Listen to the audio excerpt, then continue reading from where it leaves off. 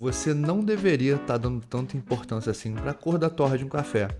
E eu vou te explicar nesse vídeo por que eu falo isso com muita tranquilidade. É muito legal quando a gente começa a beber café especial e descobre que existem várias cores de torra. Porque a gente está bebendo lá o café tradicional, o extra forte, a gente está aqui ó, num cantinho do espectro de cor que é um marrom muito escuro, já praticamente preto. E aí você descobre que existem torras que vão parar num marrom médio, talvez até um pouco avermelhado, algumas num marrom bem clarinho.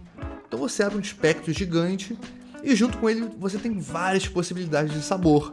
Só que na tentativa de tornar a coisa um pouco didática, é tentador demais você ir simplificando o assunto e isso leva a vários enganos no meio do caminho. Nesse vídeo eu vou te mostrar 2 motivos que me convenceram que cor de torra é um parâmetro meio inútil para você tentar prever como vai ser o sabor de um café, né? Não tem como você olhar para ele e pelo visual descobrir como que vai ser o sabor. Vamos por partes. Mas antes eu tenho que te falar que durante muitos anos eu vendi café e expliquei sabor de café baseado em cor de torra. O primeiro emprego que eu tive numa cafeteria aqui no Rio tinham 5 variações de café e eles eram chamados de torra clara, torra média escura e torra escura.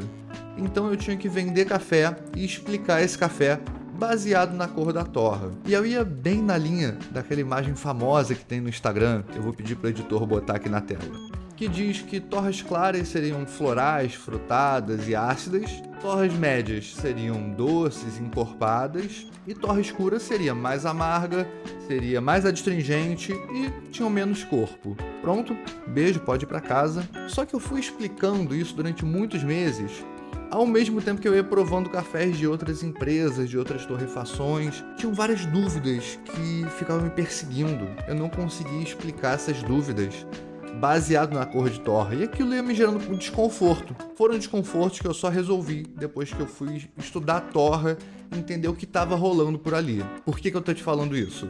Porque eu já fui a pessoa que falou de sabor baseado em cor de torra, e a visão que eu vou te passar aqui, hoje em dia, é o que encaixa melhor na minha cabeça, tá? É o que me deixa mais confortável para explicar sabor de café de uma maneira em geral. Eu falei que ia te dar 2 motivos.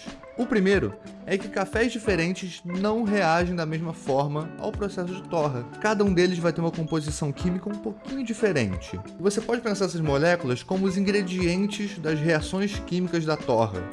Então, à medida que a torra vai avançando, cafés diferentes vão ter taxas de reações diferentes. Em particular, a reação que gera as moléculas que dão a cor do café pode ser diferente.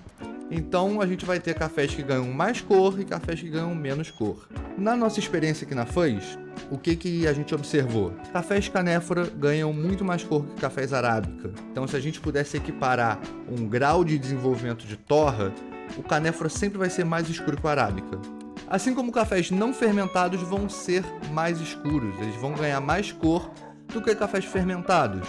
E o café descafeinado a gente pode torrar da maneira que for, ele vai ganhar um tom de marrom meio acinzentado, meio opaco, sem muito brilho. É a característica dele. Então cafés diferentes, ainda que a gente torrasse estritamente iguais, eles iam mostrar uma carinha diferente no final do processo, porque eles são matérias-primas diferentes. Ou seja, para a gente poder falar que uma cor de torra é boa, a gente precisaria de várias escalas, uma para cada categoria de café. Precisaria de uma para arábica natural, uma para arábica descascado, uma para arábica fermentada, uma para canéfora natural, etc, etc. E isso que eu estou falando só de categorias gerais, porque eu poderia ser preciosista e não comparar cafés fermentados em bombonas de 200 litros com cafés fermentados em cilindro de 10 mil litros, ou café fermentado numa piscina aberta, porque a gente vai ter diferença na intensidade de fermentação. Eu te adianto, ninguém faz escalas diferentes. Todo mundo se refere a uma mesma escala, que se você para pensar um pouquinho, entende que é de arábicas naturais, que é o que é mais comum no mercado. E eu não posso usar essa escala para comparar cafés que são diferentes, porque imagina, eu vou pegar um canéfora natural e vou tentar trazer ele para o que seria a cor de uma torra média de um arábica natural, ele vai ficar cru por dentro. Eu não vou conseguir desenvolver o tanto que eu preciso a ponto de aparecerem os sabores gostosos dele. Ele vai ter pouca doçura, ele provavelmente vai mostrar uma acidez esquisita, gosto de cereal ou gosto de legume. Ao mesmo tempo que se eu pego um arábica bem fermentado e tento subir a cor de torra dele para chegar na torra média de um café que não foi fermentado, eu posso acabar matando o que ele tinha de sabor bonito e delicado que a fermentação trouxe para ele. Esse é o primeiro ponto. A gente vive num mercado que tem uma diversidade incrível de cafés, porque nós estamos no Brasil, o maior produtor de cafés do mundo. A gente tem centenas de milhares de lotes diferentes. Por que a gente vai ser reducionista? A gente tem que valorizar essa riqueza, valorizar que nós temos cafés que são muito diferentes. Deixa esse reducionismo para um europeu que depende de um importador que vai levar 20, 30 cafés diferentes no máximo. E vamos valorizar que a gente tem sim cafés muito diversos. O segundo motivo pode parecer um pouquinho mais técnico, mas se você já cozinhou carne alguma vez, você vai me entender. Quando a gente está torrando café, nós controlamos o tanto de calor que ele vai receber pela altura da chama, como se fosse um fogão. Sabe quando você vai preparar uma carne? E aí se você coloca o fogo muito alto, ela fica uma crostinha por fora, mas fica crua por dentro. Se o fogo é muito baixo, a carne ela vai ficar ressecada, vai ficar meio sem graça, né? Sola de sapato. Você precisa regular bem a chama para chegar no nível de cozimento e de suculência que você quer na carne. O de café é bem parecido. A gente vai regulando a chama e com isso controlando como que a gente cria os sabores do café. Só que é muito delicado, é muito sutil, muito mais sutil do que carne. Então a gente faz um controle muito minucioso. Nós temos um medidor de temperatura, que a gente chama de termopar, que fica dentro do torrador e a gente conecta ele no computador. E com isso nós fazemos um gráfico de qual a temperatura que o café está em cada instante de tempo.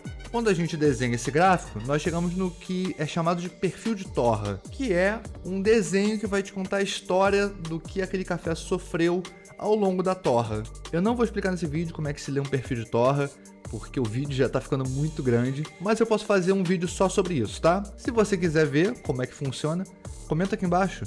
Agora a gente chega numa figura muito famosa que tem no livro da Britta Fulmer, em um dos capítulos sobre torra. Nessa figura você pode ver 3 perfis de torra bem diferentes. Você vê que um já começa lá em cima, o outro começa lá embaixo, significa que tá com a chama bem baixinha, mas os 3 perfis, no final das contas, chegam ao final, com o mesmo tempo e a mesma cor. E um pouquinho mais para baixo do capítulo, ela vai analisar esses cafés. Ainda que eles tenham a mesma cor, eles têm tamanhos de grãos diferentes, eles têm porosidade diferente e eles têm perfis de sabor diferentes. E digo mais, estatisticamente diferentes. Então ela faz uma análise bem rigorosa e ainda assim, considerando variações que pode ter de xícara para xícara, os 3 perfis mostram sim sabores diferentes. E olha, eles chegaram no final com a mesma cor de torra, tá? Só lembrando. Não é que um dos perfis vai ser bom e os outros 2 vão ser ruins. Não. Os 3 podem ser bons. Depende, claro, do potencial que esse café tinha enquanto ainda estava cru. A minha questão é a seguinte: você não pode prever qual o sabor que o café vai ter olhando só para a cor de torra. Você precisa olhar todo o perfil da torra e as características desse café. A espécie, o processamento, o pós-colheita, etc. Então, qual a saída, já que cor de torra e visual não predizem sabor? Comprar café de quem você confia. Você vai comprar um pacotinho ou vai beber café numa cafeteria? Pergunta para o atendente ou para o vendedor quais sabores tem de café. Ou explica o que você gosta de beber e pede uma recomendação. Ah, Pedro, mas ele não pode me enrolar lá. Pode, mas você passa pelo mesmo risco se você for se guiar pela cor de torra, com o agravante que você está se enganando. Então, a minha dica maior é: compra café ou bebe café em lugares em que você confia. Ou se você está indo comprar pela primeira vez, está indo experimentar um lugar, encara exatamente assim, como um experimento, e fica aberto às possibilidades. Cor de torra é sim uma novidade quando você entra no mundo do café especial, mas 2, não se encanta muito por isso, porque ela não vai servir para você prever o sabor de um café, tá? Por que motivos? Porque cafés diferentes vão ganhar cor em ritmos diferentes ao longo da torra, e quem manda é o perfil de torra. A cor é só uma consequência desse perfil. Por fim, compra café pelo sabor dele e não pelo visual. Fechou? Beijo e até o próximo vídeo.